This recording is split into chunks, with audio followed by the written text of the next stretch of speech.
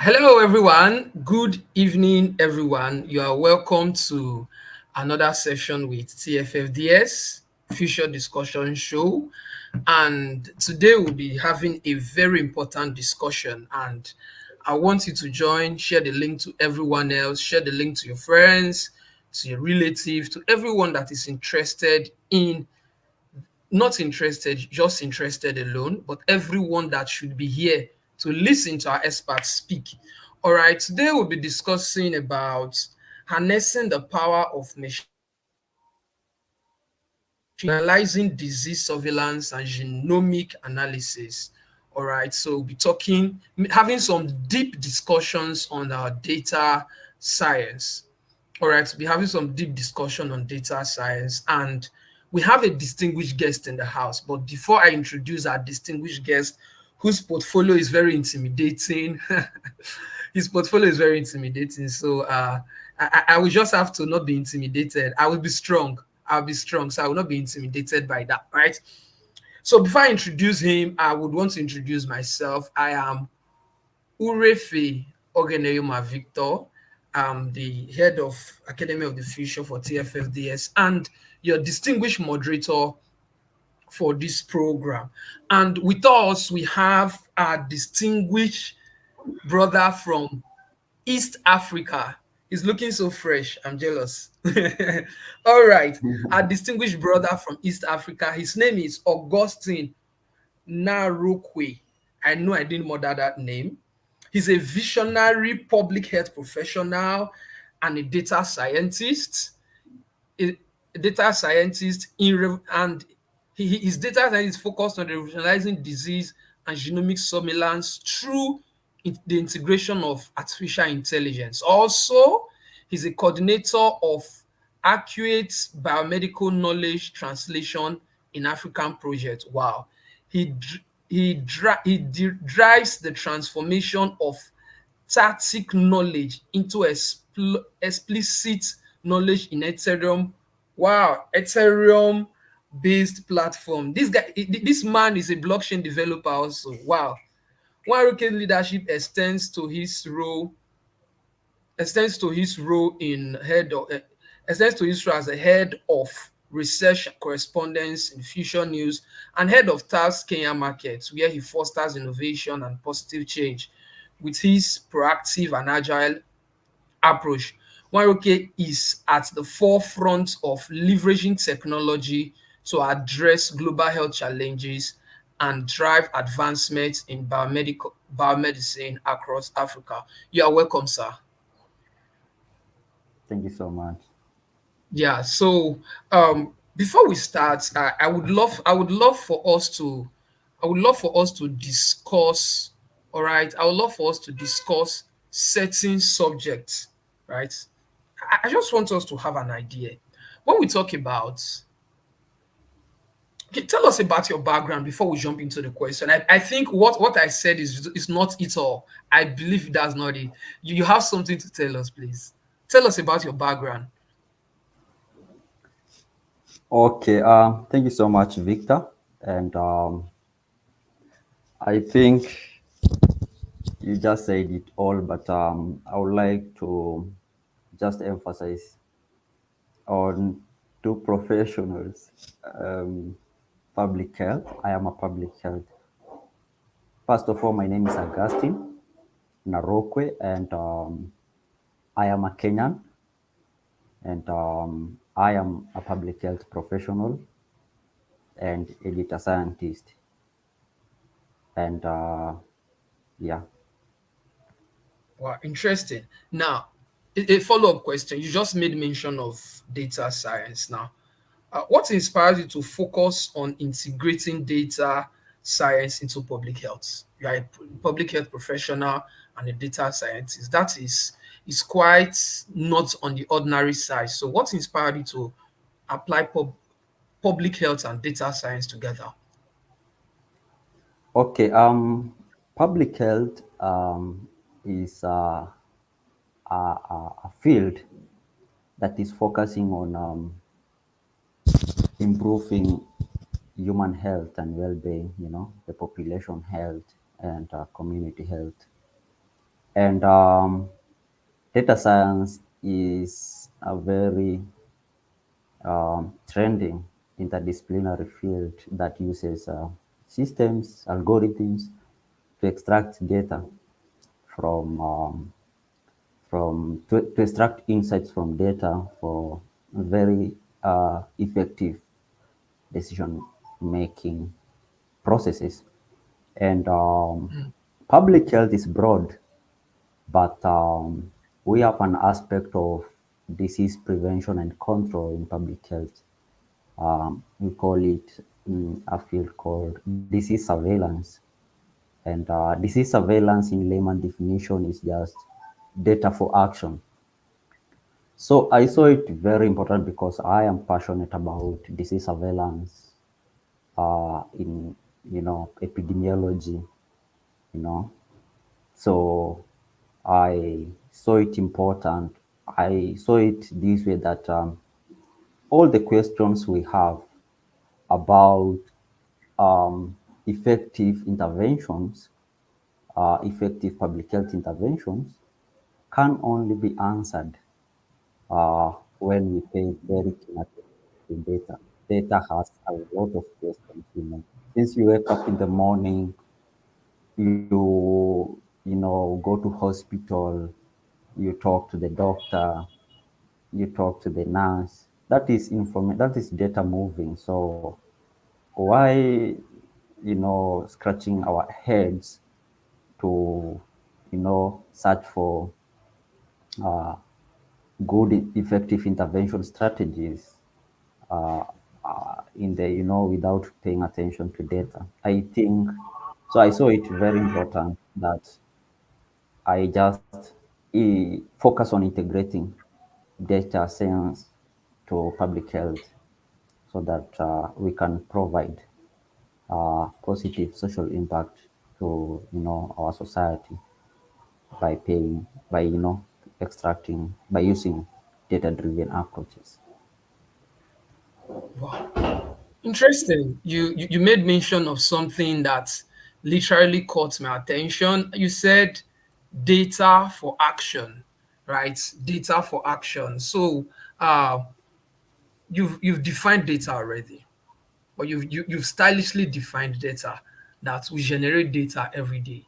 But I would want to ask, because we're literally building a foundation for this discussion, so that as we dive in into the subject of our data surveillance and disease surveillance in Africa, even to the least experience of our users should be able to understand what we are discussing. So, sir, what can we say is data? We hear the word data every day, but as a public in the aspect of public health, what do we classify as data? Data, I can say, is a raw information, very raw. It hasn't been formatted. It has no meaning, you know, until you analyze. So data is just a raw information, unformatted. Data. It doesn't make sense. So until you pay very keen attention, then you are going to get insights from it, and that is information. Data is on is a data is raw information that has have not been synthesized. I love that word, sir. Thank you very much for that. So I will quickly jump into our subject of discussion today. We're talking about transforming genomics and disease surveillance in Africa. But before there are processes to transformation, right? There are processes to transformation, and these this this transformation, these processes to transformation, they are procedural. So let's ask the first question.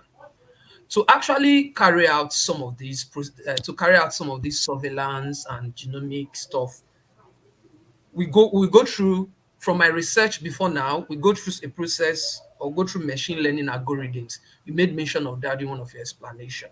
So now, how can machine learning algorithms help in early detection of disease outbreak? And what are the key data source used for this purpose? Before now, you've made mention of machine learning, data being unformatted information. For this information to be formatted, they go through processes, and some of the process is ML algorithms. Now, let me emphasize the question again. How can machine learning help? Let's take the part A. So we build on that in the second aspect. How can machine learning help in this discussion? How can machine learning help in disease surveillance in Africa? There are two ways. The first way, and the one I like paying very much attention, is social media monitoring. When we talk about disease surveillance, I I said it is data for action. So we take data and we process it to have insights and make decisions and provide public health interventions. And when we talk about early detection of outbreaks, that means it's all about being very proactive and early detection before they go far. So one way to utilize machine learning algorithms for early detection of outbreaks, we usually dive into social media monitoring, whereby we monitor platforms like Twitter and Facebook and all other online platforms, because people like sharing their experiences, how they feel, symptoms in social media. So through some natural language processing techniques, we fetch this information from the media and then process and analyze it to identify some of the very good keywords and information that actually can help us, uh, you know, decide if it is really something or it is just a rumor, so that yeah, we can that way we can identify outbreaks. And yeah, from those keywords, in Twitter, people sharing. So these natural language processing techniques help us to even analyze a tweet and be able to know if this timely tweet is really talking something genuine or it's just a rumor. And then we act faster. So that is early detection and response to disease outbreaks. Okay. All right. You during your And explanation, you made me. Okay, continue. yeah, social media monitoring is just one of the way of early detection of disease outbreaks. The other one is something we call syndromic surveillance, utilizing machine learning algorithms for syndromic surveillance. And syndromic surveillance, when we talk about a syndrome is just a complex uh, illness or condition that has no identity. For example, HIV or AIDS, not HIV. HIV is a virus. Um, AIDS is a complex. It comes in a way of TB. It comes in a way of So syndromes. These syndromes, syndromic. We have syndromic data, syndromic surveillance data, and through utilization of these data from syndromes, you know, you know, uh, talking about data from health facilities, accident, not accident, but emergency departments, we are able to utilize machine learning models to analyze these syndromic symptoms, and be able to know if they are just the normal or there is something, or they have gone uh, over threshold that tells us that there can be something danger. There is a danger. So those are the two ways. Interesting. Thank you very much. While you were giving your explanation, you made mention of something, a particular keyword that I would want to poke you, or I would love to probe you more about. Now, is social media a reliable source of data? True. Is social media a reliable source of data, most especially when it comes to medical data? Most especially medical data that it has to do with diseases, disease outbreak and all. Is social media a reliable source? So much reliable, especially in this surveillance, because let me give you an example. Last year, I was working with in national disease surveillance here in Kenya, and there is I went there and I found that there is an aspect of something we call in event-based surveillance. And event-based surveillance focuses, it doesn't focus on indicators like symptoms and clinical signs, but uh, we do events. We monitor events, you hear something, you know, you hear there is an outbreak in a certain state or city. Now practitioners start running and going and, for verifying and start responding to the outbreak. So there is that event-based surveillance, and what is there is that something funny I found in that institute is that somebody was allocated that position, that role, was given that responsibility to wake up every morning and manually scan social medias and look for these rumors or these potential outbreaks news, about Kenya and even Africa. So that guy is a doctor, but spend every morning 60 shillings buying 60 Kenya shillings buying a national social media, the newspaper, and scan manually and to look for potential disease outbreaks. So, a doctor scanning newspaper, sitting under a tree and scanning newspaper and going to Facebook and Twitter. So I told him, sir, we can do something. Can we automate and fetch these tweets and have a streamline, something like that, that can be able to analyze these tweets based on the keywords we gave. And in case of any danger, we automate the alerting system to the relevant authorities to respond. So Interesting. social media is very crucial. That is noted, sir. So, from what you've said, social media is very crucial when it comes to disease surveillance, right? It gives credence, or it gives credibility to the world that we are literally in a social village now. Almost everything that happens to us, we want to post it online. So, the first place we get certain information, unfiltered information, which tends to be the data, is on social media. So that is noted. I believe our audience have noted that also. Now, I'll jump to the next question. In what way can, okay, before then, let's expatiate, or let's define the word machine learning, and let's define the word deep learning.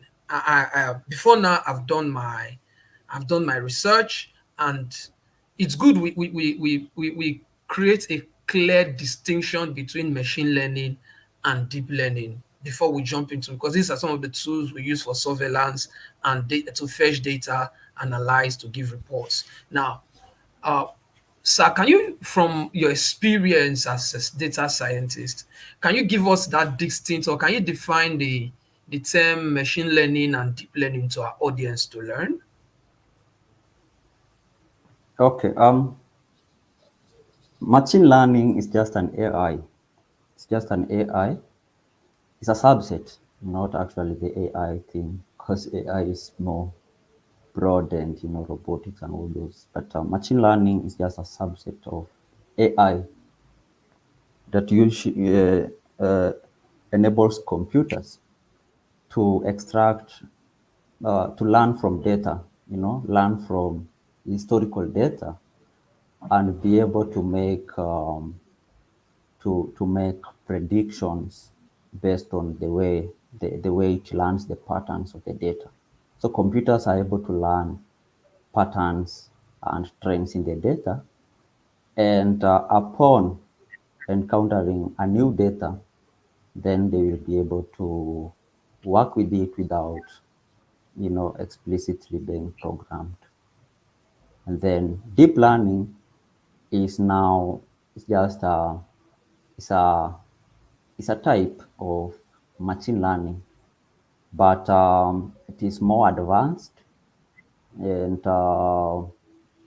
it's kind of assume the human brain, uh, because it's all about neural networks, complex calculations to identify complex relationships between data variables.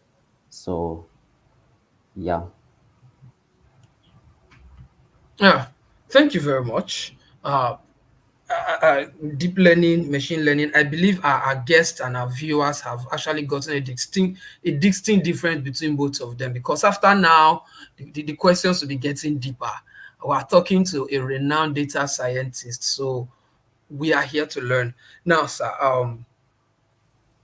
in what way can deep learning enhance syndromic surveillance?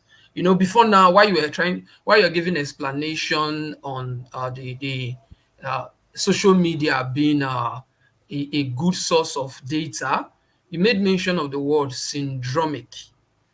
You made mention of the word syndromic. So, the question now is, how can deep learning enhance syndromic surveillance?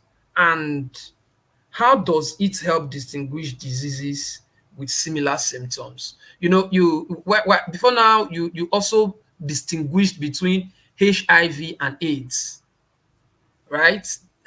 You made that distinct difference. Now, over the years, we know that malaria or fever or malaria is actually symptoms for so many things.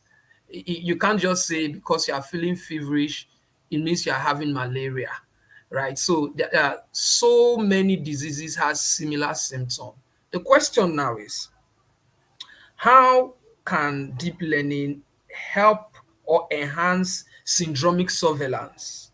And how does it help to distinguish between diseases with similar symptoms?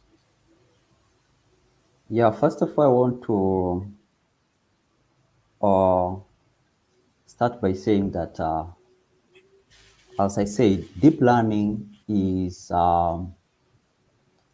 assumes a human brain. It's all about neural networks performing very complex calculations to determine the relationships between data, variables, and even visuals like images. So, talking about deep learning and syndromic surveillance, and I want to emphasize that there's so many syndromes. We have respiratory syndromes, we have something called AFP, that is acute flaccid paralysis. Acute flaccid paralysis kind of look like when you get somebody who is attacked by acute flaccid paralysis, you will either say this is a polio, this is poliomyelitis, or any other. There's several syndromes.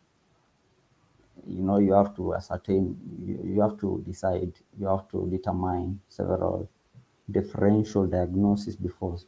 So let me take an example of respiratory syndromes and deep learning in that, how deep learning can help in that part of, diagnosing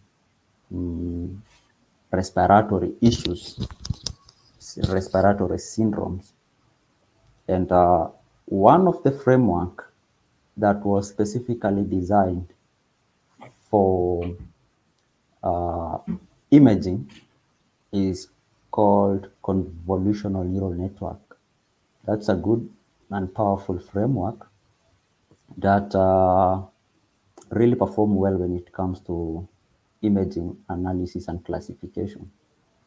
So how this convolutional neural network, which is a deep learning framework, help in syndromic surveillance? I can give an example of now the respiratory, whereby we have patients undergo X-ray and we have images of maybe lungs or the upper breathing system. So what is there is that we have this convolutional neural network. It can classify the way it is trained according to the way it is trained to classify these images according to the way it learned on the label, the historical, the initial labeled images. If it is an image of a lung damaged by a certain syndrome, a certain, so it learned that patterns in the historical data, and upon getting now the visual image of respiratory part, it will be able to identify that this image is actually suffering from maybe a certain syndrome or a certain disease. Wow. That is a deep one. That is a deep one. But trust me, we are breaking it down. So the next line of the next question is also in line with what you've been describing. All right, you'll be talking about CNN. I do call it I call it CNN, like American uh, the American TV station. All right, the convolutional neural network. Let's talk about it now. Can you explain the role of? I want you to dive deeper now. You've literally talked about imaging, how imaging are used, and all that. Now I want you to dive deeper. I want you to break it down to those of us that are not actually data scientists, neither are we public health professionals, but are tech inclined, or those of us that are in the field, different professions. Now, can you please explain the role of CNN, that is the convolutional neural network, in analyzing medical images for rapid disease diagnosis and identifying new disease pattern? Can you explain how CNN can be used to carry out rapid disease diagnosis? Let's give that RODD, and identification of new patterns. Can you please explain how CNN can be used for that? Yeah, basically it's all about learning from historical data, and upon getting a new data, then it will be able to, uh, predict the disease patterns and how it goes.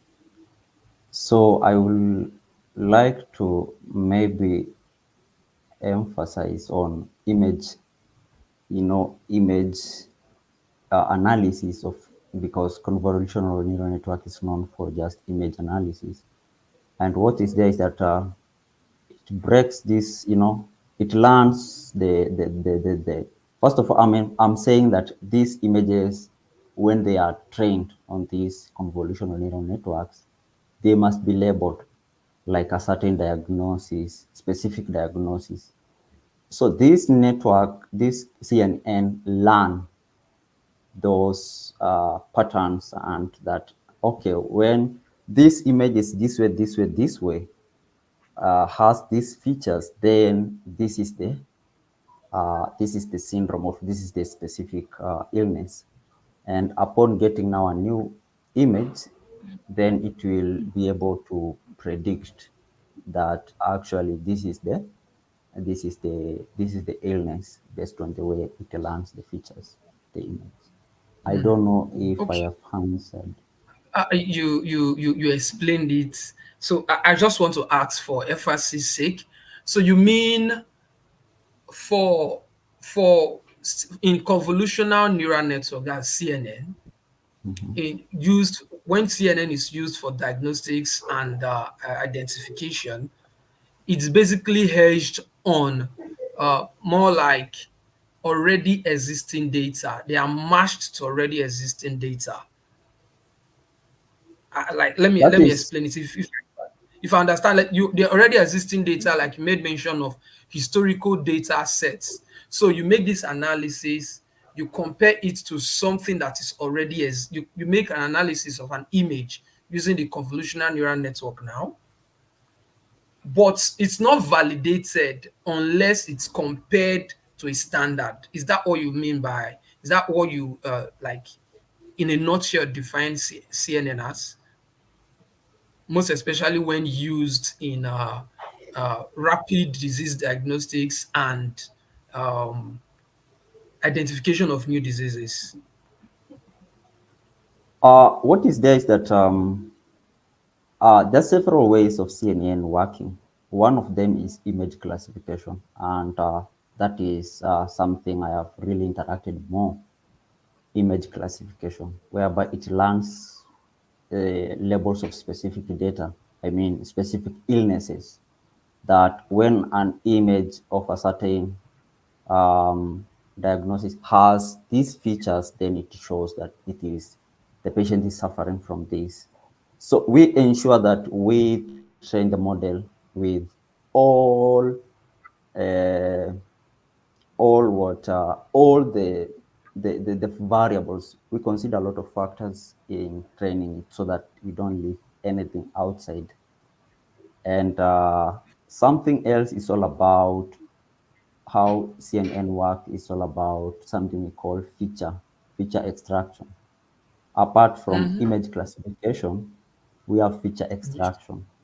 Picture Feature extraction. extraction is whereby we take this image and we train the model to learn small details in the image, talk about the texture, maybe of a certain cancer part, the texture of, is it benign, is it malignant, the texture of maybe a certain tumor, so that it learns the small details of the image and be able to identify that maybe it is this or it is that. Okay, thank you very much. Yeah, thank you very much. You've defined and given us heads up on two very important subjects on CNN, which is image classification and feature extraction. These are very important aspects when it comes to data analytics and data science. Now, while you're making mention of that, something came into my mind that I would love to ask as a follow up. What is the difference, or is there a difference between CNN and natural language processing? Yeah. When we've been hearing words about persons talking about natural language processing in data analytics. Now, when we want to, like you made mention of before now, we can use either image classification or feature extraction to carry out rapid disease diagnostics, or yeah, that's the word, rapid disease diagnostics, or and identification of new diseases. Now, where does natural language processing come in this discussion? And if it does come in, what is natural language processing?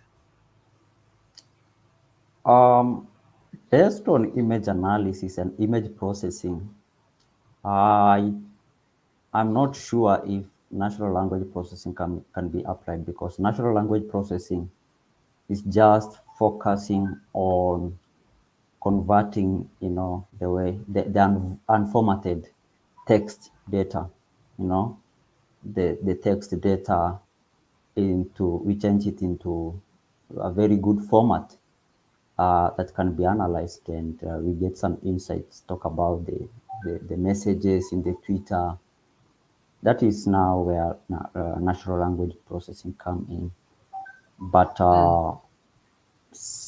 image processing is all about deep learning frameworks, and most commonly known is the CNN. Okay, thank you very much. It's good we make this classification for our listeners and for us to learn. We should not say you want to classify images, you want to carry out an analysis uh, of images using natural language processing. It does not work that way, like our distinguished guests have rightly stated. Right now, on that note, I would love to ask this question. Now, on that note, how can natural language processing technique extract relevant information from unstructured text data? One? No, answer that first. I think it will be better we take it one step at a time. How can natural language processing, NLP, extract relevant information from unstructured text data? How does Yeah, it happen? What is the magic? something about data, the the text data is it contains repeated, terms and keywords, and through these natural language techniques, we can be able to convert it. You know, the techniques like tokenization and hashtaggings. All those are very important in extracting some very good keywords in this text data and be able to uh, derive something meaningful and something very insightful for us as disease surveillance to, disease surveillance practitioners to take, to maybe dive in for more investigation. So tokenization is something we really engage with, tokenization, whereby we break text into very small version of it and try and see what are the most common keywords used, maybe cholera, something repeatedly said, cholera in a text, or maybe typhoid, or, disease outbreak, then something is wrong. Interesting. Thank you very much for that explanation. I, while you're speaking, it just came to my mind that maybe one of these days we will have a live class. You teach us how these things are done. So those of us that are enthusiasts when it comes to data analytics as relate to public health, we can actually learn from you. If I were you, those of us that are listening, if I were you, I will quickly, look for a way to connect to our distinguished speaker to learn some of this stuff. Now, what are some of the application of natural language processing in disease surveillance? Yeah, as I mentioned earlier, that is what we do in social media monitoring, taking those text feeds from social media and breaking them, converting them to a good format, tokenizing them, and get some visualizations out of it. So it's a good days. Python is very powerful and it has a very good package called Natural Language Toolkit. That package is good at that. Okay, thank you very much, sir. Thank you so very much for that. So, um, still on the aspects of okay, let's leave disease surveillance. We've spoken quite a lot about disease surveillance, sir. What is genomics? Genomics is just a field that is focusing on understanding human, the way the human, uh, genetic information analysis and identifying, the genetics and how it really, influence human. Interesting, interesting, interesting. Let's ask a question now. Now, in the context of genomic surveillance, right? How can machine learning and deep learning help to identify strain, right? Monitor mutations and track the evolution of drug resistance. So let me break it down like this. When we talk, you've defined genomics already as understanding basic details. about the strain and all. Now, how can machine learning and deep learning come in play in this area? I don't want to make mention of the name, so will not be censored and flagged as passing misleading information. But during the outbreak in 2020, a particular outbreak in 2020 and subsequent outbreaks of diseases, we started hearing the word mutations. We started hearing there's now an alpha strain, there's now a beta strain. Now, how can machine learning help us identify new pathogen strains, monitor mutation, and track the evolution of drug resistance? Okay, thank you so much, Victor, for that question. And let me start by talking about new strain identification. Talk about pathogens. They like, you know, a lot. We have seen that new strains coming every day. So we usually utilize something called clustering algorithms, whereby we through Please, sir, can you please come again with that word? What's the name of the algorithm? I think that's a very key important aspect for us to note down. clustering algorithms. Clustering algorithm. All right. Yeah. Please So continue, sir. Sorry. what is there is that we usually take pathogen samples and extract genomes, the genomic sequences from the strains of the pathogen, and through these clustering algorithms, we are able to cluster these genetic sequences from these strains. And at the end of the day, those which land outside the clusters, then we call them just outliers. And that sent us to start suspecting that since it is outside a cluster, then it is something new. This, why is it falling outside a cluster? Why is it not compatible? What is difference? Why is it outside the cluster? Why can't it just go and sleep with others inside the cluster? So that tells us that there's something new in it. There's something different from others, and it sent us to start suspecting and that it might be a new strain of a pathogen. And we now start investigating more, doing more genomic analysis. Wow. Very much interesting. A follow-up question. Um, I want to know. I'm not a health professional. What causes mutation, or what causes a disease to mutate, and what causes some disease to be drug resistance? I will cite an example. Over the years, there's this common illness for those of us in sub-Saharan Africa. There's this common illness called malaria. We don't call it malaria fever, typhoid fever, those stuff. Now, there are certain drugs you will take. Ordinarily, you should feel well when you take them. Now, what is the major cause, or what is the cause for drug resistance and mutation of certain kinds of diseases? What causes them? So that we're able to understand when we're analyzing them, or we're carrying out analysis on the subject, we should understand the implication of what we analyze. In other words, the data that is analyzed should be properly interpreted for it to make meaning. So I don't know if you get my question, sir.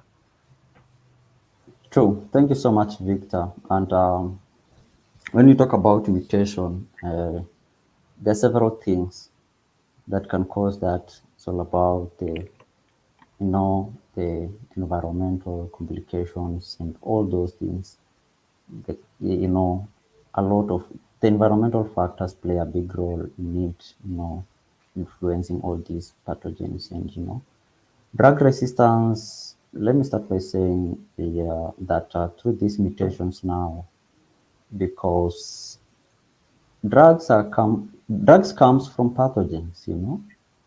So when these pathogens are there and they are new strains, then getting drugs that time to work on them may be a challenge and they just resist. Another thing is all about that is out of genomics, but when people use drugs, you know, there's a way you can use drugs oftenly and then your body start just, you know, um, you know, finding that you cannot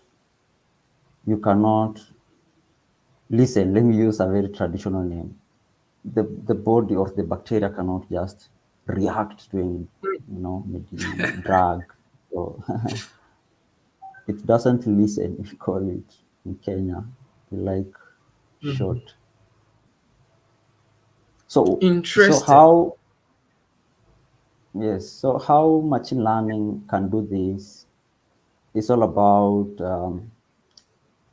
making it easier in understanding the protein structures and the sequences features, so that you are able to see, is it deletion, is it duplication, and be able to predict that something is happening, that this pathogen might might be resistant to drug based on the way it is mutating. Thank you very much. You made mention of prediction. All right. I would just want to throw it in. I don't know if you can answer it very quickly. So we'll go to the next question. For you to make predictions, certainly you should have an expected outcome, right? For you to build a True. model, you must have an expected outcome in mind. So when it's not meeting to that standard, or when what you're analyzing is not going towards that standard, three things can actually be the case. It's either the codes you are running are wrong, or you are literally generating a new sequence, or you have literally discovered a new disease. The third one, maybe you missed a line of code. So, sir, mm, are there frameworks when it comes when I mean frameworks, are there set standards when it comes to, we're talking about genes now, we're talking about gene sequence. Are there set standards when it comes to analyzing this, or analyzing pathogens, analyzing strains? Are there standards that must be followed? If there are standards, what are they? Good. If I get your question, you are talking about understanding why a pathogen is maybe a strain, maybe is resistant to a drug. So what is there is that we have several features, the genetic features, the sequences, the protein structure, all those are predictor variables. And at the end of the day, we have a binary one, which is it's either resistant or not resistant based on that. So remember, in this machine learning and deep learning thing, it's all about historical data, training these things to learn and ensuring that all variables are there to ensure there is no biasness and nothing is left out. Every aspect is considered. So we ensure that all features, of these sequences, the length, talk about the genetic, you talk about the virulence and transmissibility. All those features we consider them, and at the end we have a target variable. So I think there's no way. At the end of the day, if you considered all those variables well when training these frameworks, these algorithms, then I think it will cater, because what is there in resistance, it's either no or yes. So it's a binary. All right. Thank you very much. I'll ask this question after now, but just let me just give you a heads up so that you will think about it. It will be the last question. You talked about biases, so we actually we understand the subject of bias when it comes to data analytics or data science. We'll understand the subject of bias after now, but let me give you a follow-up question to what you've asked answered before now. You've made mention when you're answering this question, you made mention of machine learning algorithms, as machine learning algorithms. Now, how can machine learning algorithm assist in prioritizing disease threats? And what are the factors to consider in this risk assessment process? The essence of what we're trying to do is to mitigate risk, or to mitigate an outbreak, mitigate a disease, or mitigate the effects of a disease before it becomes an outbreak, like a pandemic or some sorts. Now, how can machine learning assist in prioritizing disease threats? How can this be done? We don't want to come to a situation whereby, let's say in 2025 or 2026, we have another strain that was not early, it was not detected early, and someone had to travel with it. And because they traveled with it, you know, how can machine learning help in these aspects? And why is it important in risk assessment? Thank you so much. It's all about what you consider in the data, and there are several considerations. One is you consider the geographical data, and the other thing is environmental. The geographical talk about the temperature, the wind, talk about the precipitation and all that. The other thing is environmental, talk about the environment, the soil, all those things. And the other thing is demographic information, the demographic factors. You talk about the immunity levels. So through having all those data, then you will be able to know that this particular disease is a threat to this particular region, and not a threat in this particular region. So authorities can now decide to plan and plan to handle, or to respond, or to just prepare for the response. Yes. Now, this is where my other question comes in. You made mention of certain factors. Such as geographical factor, other physical factors, wind and environment and all. Can we say these are some of the biases to consider when we are carrying out analysis, most especially machine learning? When we're carrying out machine learning analysis or data analytics as relating to certain diseases or genomic sequences, are these some of the bias that we must account for? Uh, I can answer this way, that for us to avoid biasness in these models, then we must consider all those factors.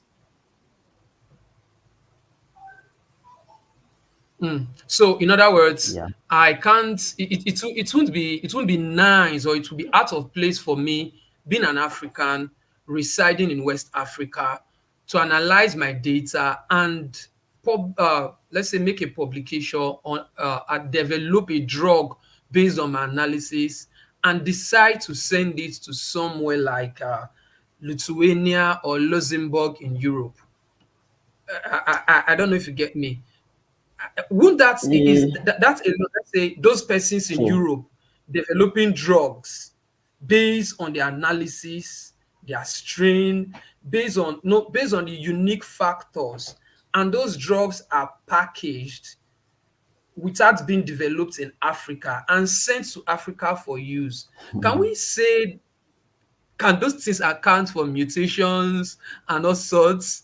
We're talking about bias here before we jump to the next aspect. This is a very crucial aspect when it comes to transforming genomics and disease surveillance in Africa, because most of the drugs we consume are not locally produced.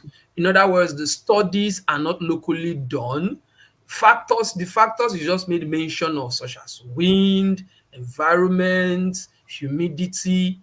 They are different in different geographical location, but these drugs are studied over there in cold, humid climates and shipped to hot, the hot climate that we dwell in now, and we consume these drugs, which brings us to mutation and drug resistance. Can we say these are some of the things that actually causes them, these biases? Yeah, true. That is very crucial topic you bring in, and it is very wide. I think it's a project topic for Really someone huge. already. That's a very big, the geopolitics thing is really, you know, we are fighting that thing. And because when people are developing drugs in Boston without considering your genetic makeup, you Victor, Mm, then that is a danger. That is a danger because it really, will bring a lot of complications and drug resistance. So that is something we need to advocate as longevist also in terms of all right. research. Yeah. Maybe you, as our data scientist, you will leave your advocacy on that. All right. Okay. We're talking about risk assessment process. That's why I have to bring up that particular question. For these, for us in Africa, because we are focusing our attention on Africa, for us in Africa not to be at the receiving end of something we don't know about, we have to assess this risk. So the question now is, will it be out of place to analyze some of these drugs as related to in relation to Africa before we jump to the next aspect? I know I want to emphasize on this too, so that we sieve it properly. We're talking about analysis. Analysis, we have to account for biases, and we can't authoritatively say that some of these drugs are unbiased because we don't know if the studies were done with Africans in mind. So, what should be our basic response when it comes to the subject? Should we question? Should we analyze, or we should take the status quo? Before we jump to the next question. So I think it is something we have to move out of that status quo, you know? Yeah, it's not good.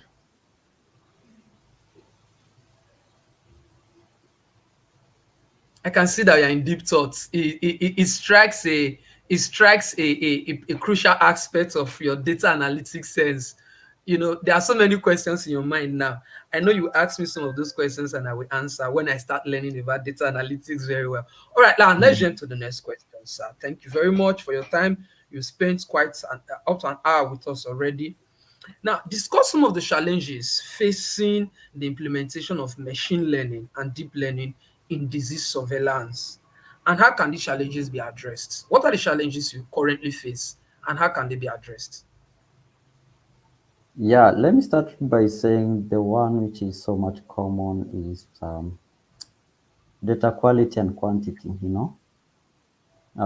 getting a very sufficient and quality data, especially the health information, is really an issue. Talk about the uh, usually health data is very noisy, surveillance data is very noisy, the inconsistencies, all those things, and also availability of the data, the sufficiency. It's a very big problem. So, because you can't just develop a very funny model, you're seeing those all factors. And sometimes getting all those factors in place, it's a very comprehensive and tedious process. Hmm. Data quality and data quantity is one of the challenges we face. Not lack of manpower, but it's lack of data. you know, most especially those of us in Africa, or our natural instinct does not actually push us towards data storage. So we don't really know how to present our data, and we just put it out there, give it to the the data scientist,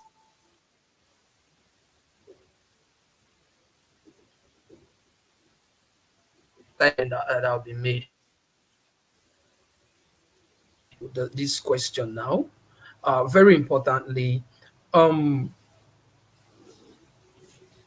now. Well, we'll be talking about data. Let's talk about data privacy.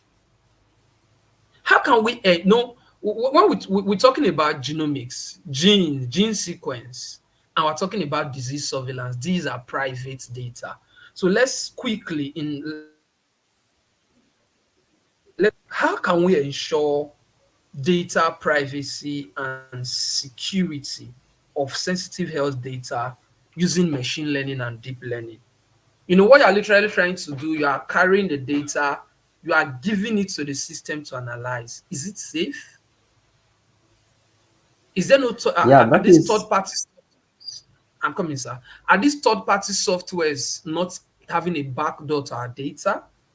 For example, or we've carried out, let's say we carried out 1,000 or okay, we need large data set, like you said, data quantity and quality. For example, we have different gene sequences we've stored in our CSV file, and we're trying to analyze it. Give us an insight about data privacy and data security of this sensitive health data, most especially when it comes to machine learning and deep learning. And as you are speaking, you just give us an advice if it's good to use third-party softwares in analysis. okay. So what is there is that health data has a lot of restrictions. Basically, health data is very sensitive, and we usually make sure that we obtain.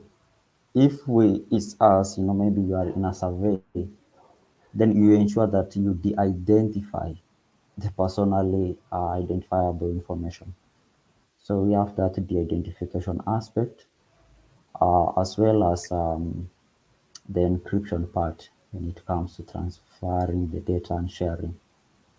Yeah, so those are the things because data scientists, we usually don't just work alone. We work with the IT experts and all those. So the encryption part, the encoding to ensure that it is not breached in the process of sharing and transferring, and also the identification. Those are the things. Oh, interesting. And Yeah, thank you so much. Okay, please proceed. go on. I was as you know, we are talking about data encryption, and when we make mention of the word data encryption, we I want you to break it down. Encrypting health data for analysis. What does that mean, sir? So basically, that is a very diverse term because when you talk about encryption, encoding, but I want to say that data science is usually we work as multidisciplinary team. The IT part, the the, the people with the domain knowledge, the healthcare professionals, and about the encryption part, and now that the encoding data to ensure that it cannot be tampered. The codes, the 0, 1, the binary thing. Yeah, so that bit part is more technical. Yeah, but it's more technical. The other group usually do that, the encryption and sharing. All right. But about de-identification, that's what something we do it, especially when we are the one who are originating the data. Data we can access it in the community, or we can access already data maybe it in the electronic health record systems. So when it comes to us collecting data from the community of certain variables, then we ensure that personally identifiable information is de-identified. you know. All right. Yeah. Thank you very much. You said the data encryption is quite human data encryption, or encrypting data generated from human is another topic on its own. So let's jump to our closest our neighbors, which are the animals. So let's talk about zoonotic diseases. Right, let's talk about zoonotic diseases now. How can machine learning and deep learning help in monitoring and predicting spread of zoonotic diseases that jumps from animals to human? We have pets and animals close to us, interact with them almost every day.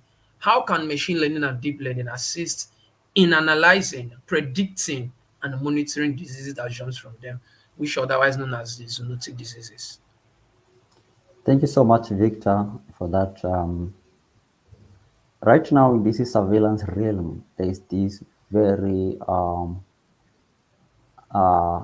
interesting part which is really getting attention from the experts in disease surveillance and public health. We call it One Health approach. One Health approach, we believe as public health professionals and data scientists that to a certain point, there must be interaction between environment, us humans and animals in disease transmission in a way. So we machine learning and deep learning coming in terms of now the zoonotic issues. We usually dwell more on the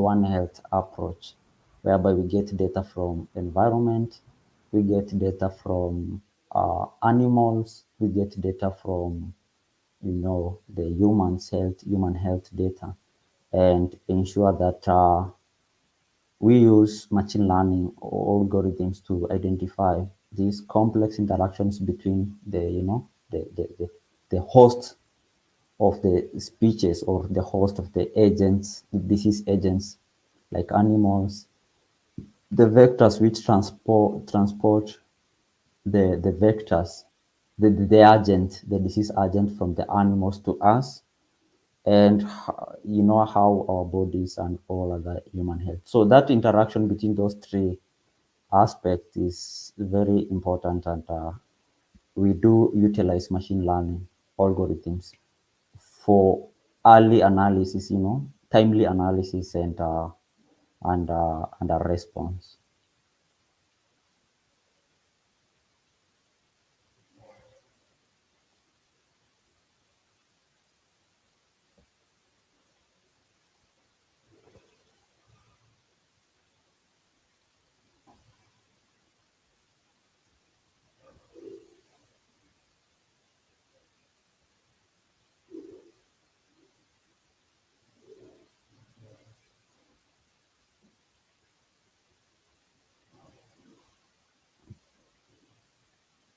Okay.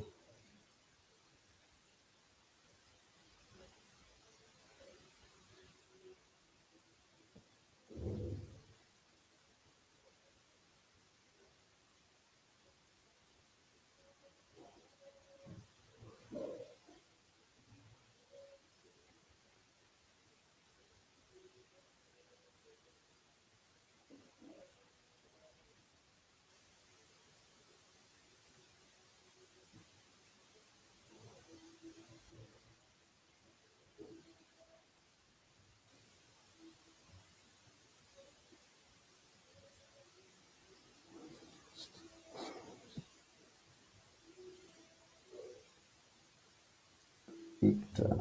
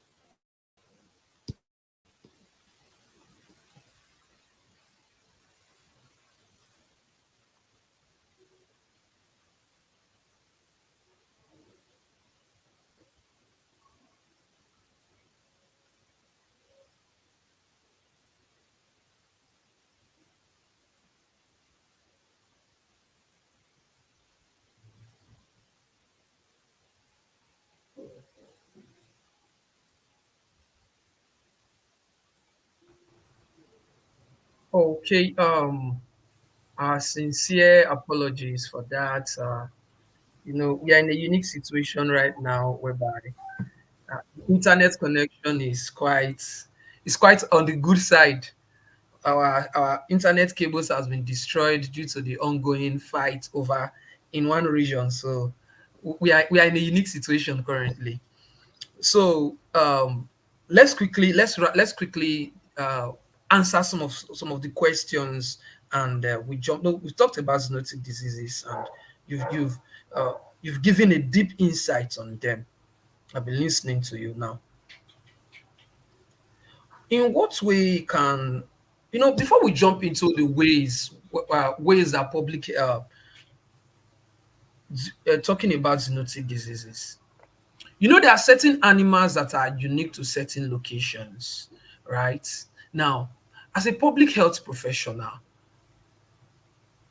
how do we actually account for those bio, no, we call them biodiversity. How do we account for biodiversity in our analysis, most especially when it comes to zoonotic diseases? How do we account for biodiversity? The behavior of an animal in this region will not be the same behavior of an animal in another region. There are certain traits that can be. So is it that when it comes to machine learning, is it cluster focused, or it must be focused on a region, or it's broadly sampled and can be one analysis can be used to make a global judgment, What is there is that especially that to do with zoonotic diseases. Yeah. what is there is that in machine learning, it's all about data, and we can't say that we can utilize a model built using variables from Kenya to start now predicting directly issues happening in maybe Nigeria.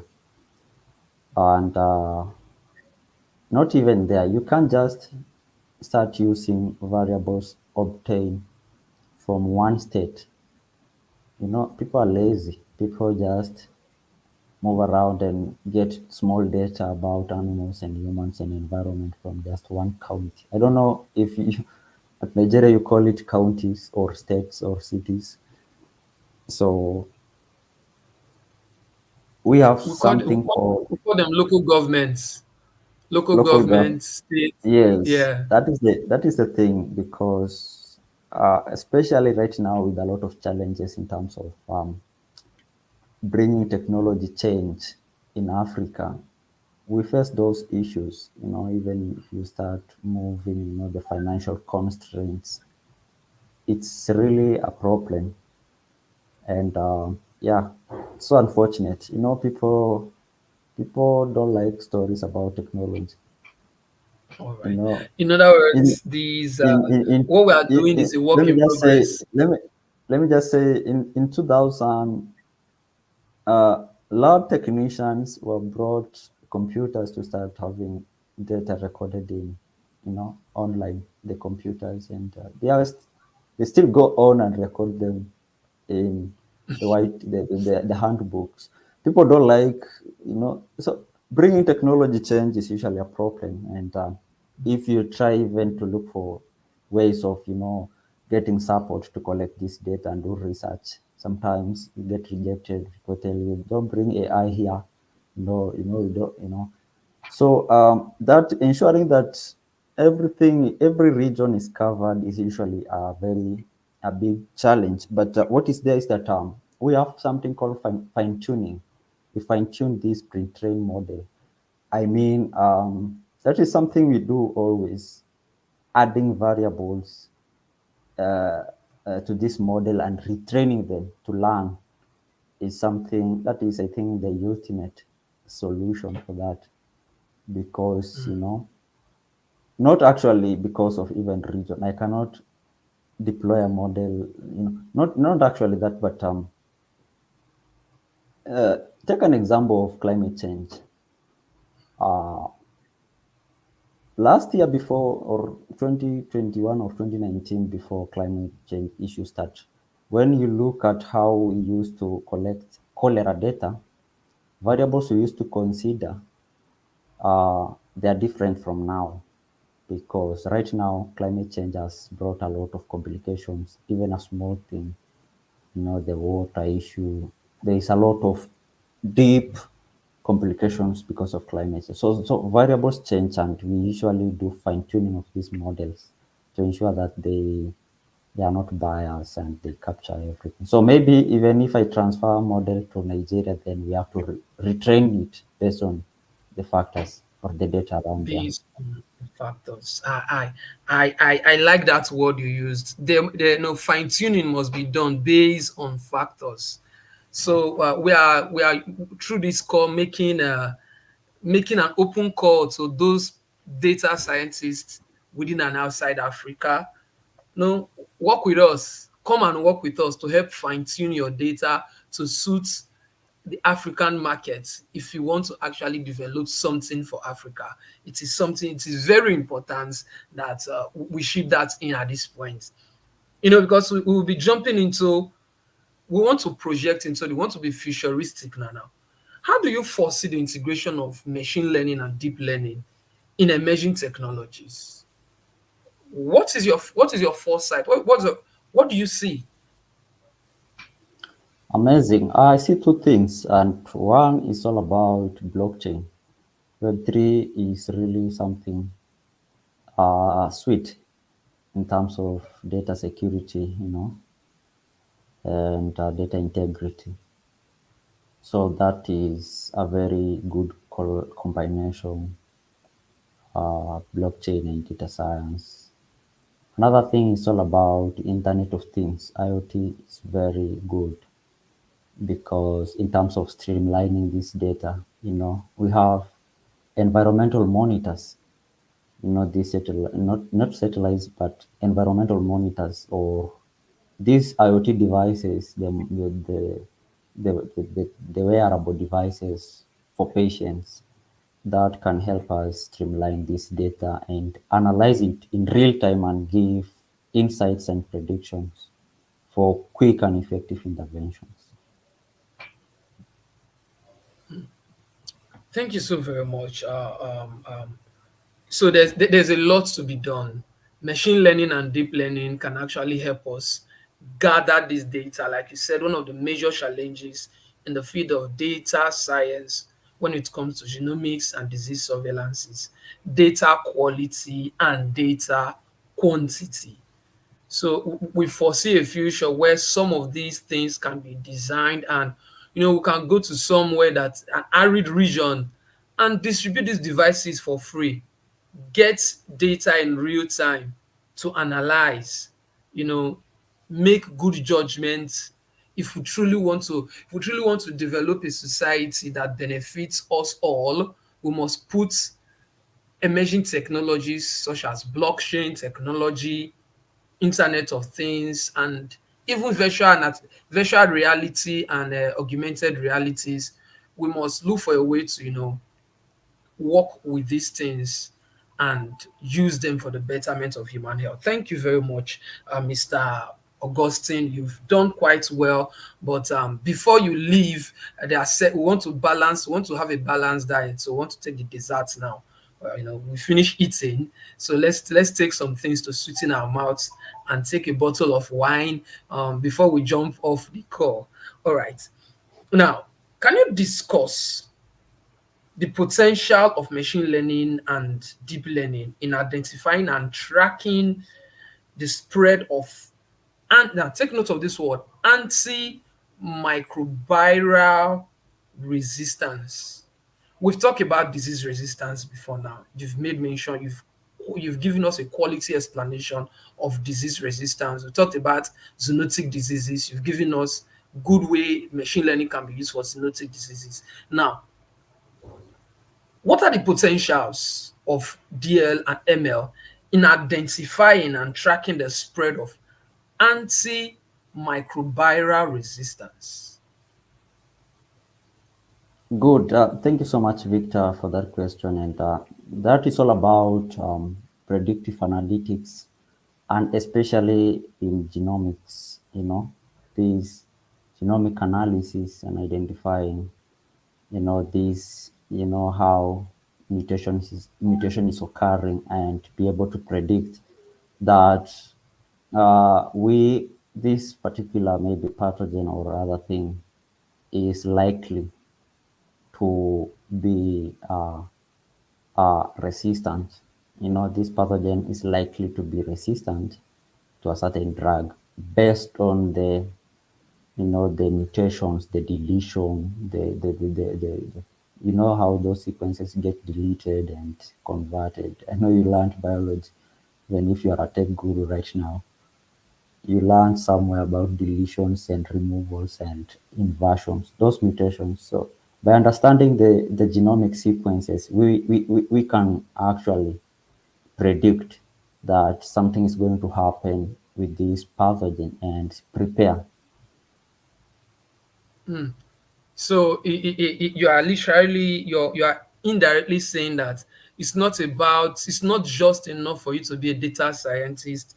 You must have knowledge of the field you are analyzing is data.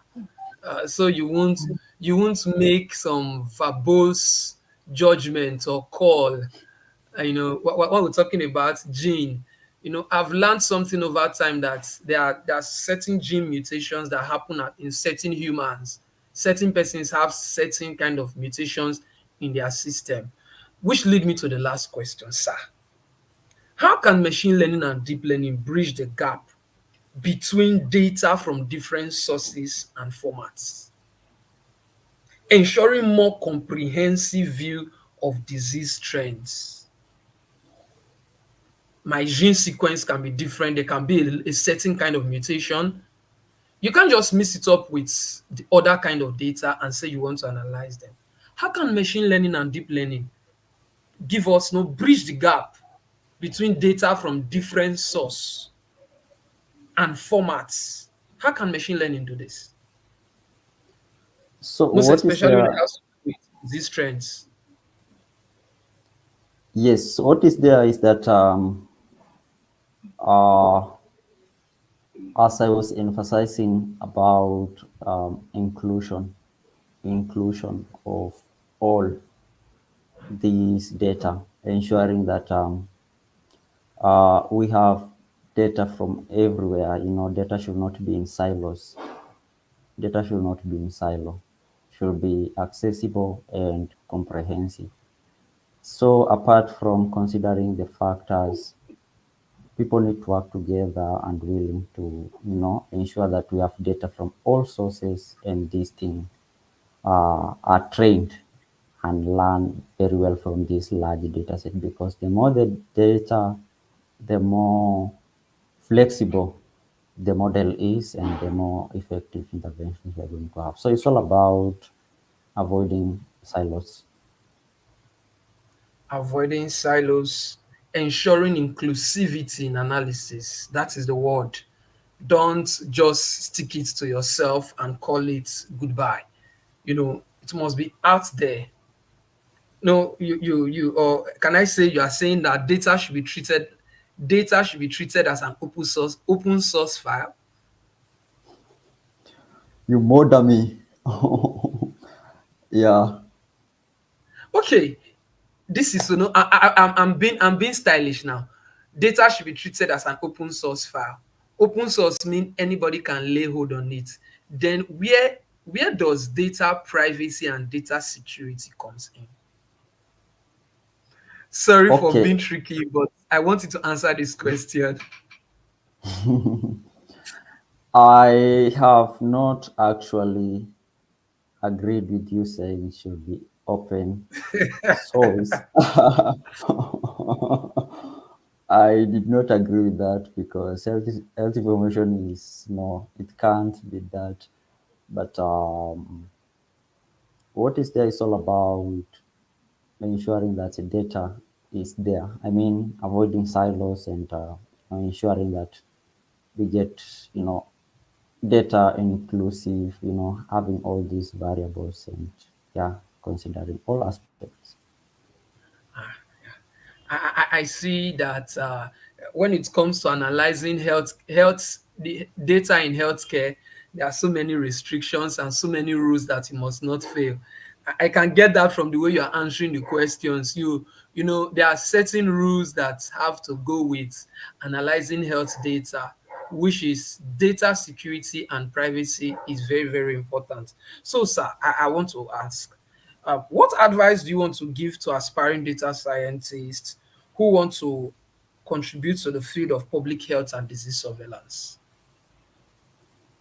Yeah, I think what is there is that a good advantage about data science is that data scientists are just data scientists.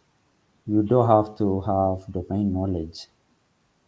And yeah, I think that what I can say is just go on, because when maybe I can start advising someone who is joining campus right now, maybe taking finished Form 4 and wants to join campus.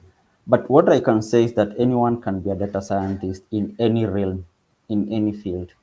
It's all about, because there's a huge multidisciplinary team when it comes to data science. You have uh, you have domain expert, because you can start understanding Python code and start learning public health. So you will always have domain experts there, and you will also have IT team if you are not IT guru. So what you should master is all about cleaning data, trying to work with databases, learn one, two SQL, and be able to understand what is needed, be able to identify a problem and be able to work on a problem using data. So it's not a big deal. You can be data scientist in public health, because I am there with domain knowledge. You are there with Python code and understanding about modeling. Then we can work. All right. So you invariably saying that for data scientists, they should focus their attention on domain knowledge, not general knowledge. You won't want to be an expert analyzing finance data, at the same time come to healthcare data, at the same time carry data to analyze the stock markets to make predictions. So you believe in domain based knowledge. So your advice to aspiring data scientists is start learning. Everyone and anyone can be a data scientist. It's been a very good one. It's been a very good been a very good time discussing with you. I won't want to say this is all, because there's a lot to discuss when it comes to data. There's a lot to discuss when it comes to data. You know, when we over the discussion, when we made mention of CNN, convolutional neural network, we talked about feature extraction and image classification. You know, that alone is a deep field on its own that we can actually go on. A radiographer can actually become a radiographer, or those persons that works in the radiology lab can actually learn data science, or can become a data scientist to analyze those kind of data, like you rightly said, being analytics being domain based. He can focus his attention on CNN to suit his field. So that is basically something we would love to let those young data scientists know. Get started. Africa needs data scientists. So, sir, just give us your last word. What does Africa need right now when it comes to data scientists? When in the area of genomics and disease surveillance, from your experience, what does Africa need right now? So we can make an open call to persons to get started, and we call it a day. Yeah, I think we need to start focusing, and I know we are all focusing because longevists, we are always there advocating for African roots. And yeah, as data science, as Africans, we need to start because there is a lot. This is a technology which is in there. We need to be ahead of the curve because there's a lot we can achieve. There's a lot we can achieve with data science. You see the genomics part, you know, because in understanding this efficiently without spending much resources and time, then we will be able to accomplish a lot and I develop our own thing using an African approach. I just insist that data science has a revolutionary power when it comes to drug development because it really helps us in quick understanding of genomes and planning to come up with drugs which consider African genetic history, you know, something very important and crucial for all of us to start Mm. having that conversation of how are we included in clinical, these development things. Yeah. So thank you so much. Yeah, you made mention of something. While we are crying out for inclusivity, we should get prepared for the opportunity. That is the word. As Africans, if we want to be part of the development, we must start developing ourselves now so that we can easily collaborate with those persons that have already been there. We can easily become pairs. We can easily come to a level whereby Africans can be in the forefront of development of technology that has to relate to them. When we talk about Afro longevity, how can longevity be achieved when we don't have our own data, when we don't analyze our own data, when we don't understand certain genetic traits per location. Those of you in East Africa, you know how I think those persons in East Africa, they are good at long distance race. You can easily say they have powerful lungs. Those of us in West Africa, we are good at football and short distance race. We can say we have this force of doing things, while those in East Africa have the stamina to stay. Those in South Africa, they have their distinct differences, but we are just speculating. Whatever we are saying now are mere speculations because we can't verify them. We can't back them up with properly analyzed data. Therefore, we want to make this TFFDS want to make this clarion call to Africans. Get started. This is the time to get started. Get started now. You can reach out to us. Trust the organization to give you headway on becoming a data scientist. I trust our distinguished data scientist here, Augustine Narokwe from Kenya, who have spent quality time with us teaching, explaining, and breaking down data science as it has to do with transforming genomics and disease surveillance in Africa. Data is inclusive. Data is inclusive. All right. On this note, I want to invite each and every one of us to the International Longevity Summit. This year's own is the International Future and Health Technology Conference, which will be holding on the 10th to 11th of October 2024 at the University of Lagos, Nigeria. Trust me, you will want to be part of these events. We'll be having distinguished guests from global global experts coming to Nigeria, Africa to teach us, to have clear discussions, to network, and to become part of the movement in Africa. You can get in touch with us and get more on this site, conference.taffds.org. Logging into that site to get more information about this upcoming conference and become part of the future of healthcare in Africa. So, Mr. Naroko Augustine, I want to say thank you very much for staying these 1 hour 35 minutes with me as your moderator. I don't know if there's any question from our social media channels.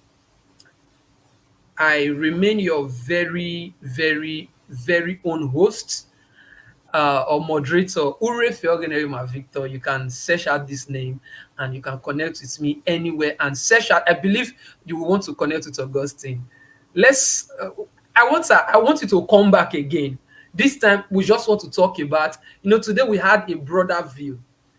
The next time you are coming, let's talk about a specific angle. Maybe we'll focus on you prepare a slide and teach us about CNN, convolutional neural network, on about image classification that has to do with healthcare, or you give us a presentation as it has to do with, is sometimes we generate data. We are ending now. Sometimes we generate data, but we don't know how to interpret those data. Maybe after now, you will teach us how to interpret data, most especially healthcare data. On that note, I want to say thank you all very much. You can like, subscribe, follow all our social media channels with which you are seeing this stream right now. And trust me, you are in for the best. Enjoy the rest of your evening, or depend on your time zone. Enjoy the rest of your day. Bye bye. Thank you. Bye bye.